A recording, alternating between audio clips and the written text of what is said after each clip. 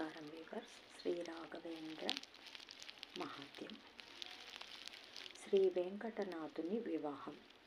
ఇలా సమయము పోతుండగా విద్యాభ్యాసం ముగించిన యువ వెంకటనాయునికి సమానమైన ఉన్నత కులమున సరస్వతి అను కన్యను తెచ్చుకొని అన్న గురురాజాచార్యులు వివాహం జరిపించిరి. అన్న అయిన గురురాజాచార్యులకు వెంకటనాథ దంపతులు బరువు కాకూడదని ఆలోచించిరి. గురువుగారి దర్శనము చేసి వస్తామని చెప్పి కొంత సమయపు ఆయాచిత వృత్తితోనే సమయము గడిపిరి. దేవాంశ సంభూతులైన సుందర దంపతుల దాంపత్య జీవనము ఎలాంటి వాడికైనా ఆదర్శప్రాయంగా ఉండెను.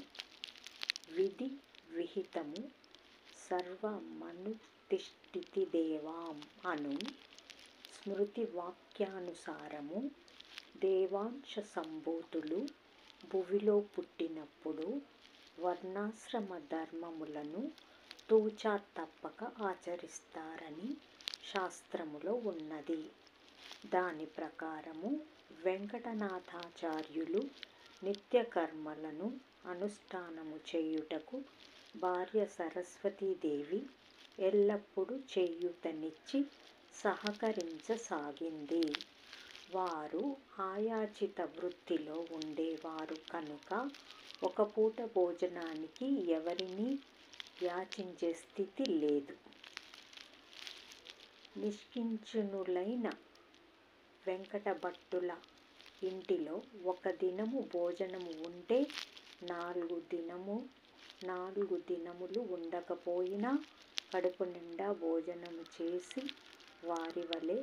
చేసిన వారి వలె అంగార అక్షతలను ధరించి స్మితవదనముతో ఉండేవారు. ఇది కదూ దేవతా మానుష్యుల లక్షణము.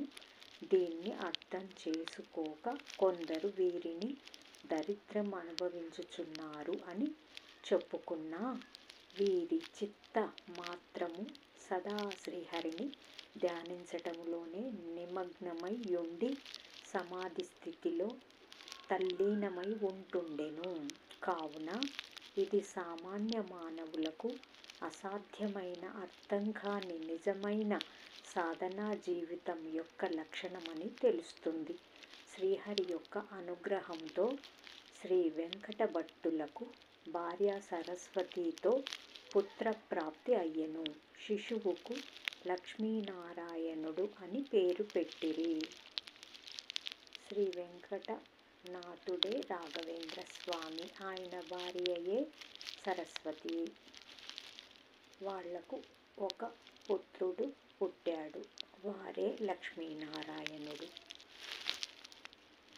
పూజ్యాయ రాఘవేంద్రాయ సత్యధర్మరతాయ చ భజతాం కల్పవృక్షాయ నమతాం కామధేనువే. ఓం శ్రీ రాఘవేంద్ర స్వామినే నమః. 8వ పారాయణ.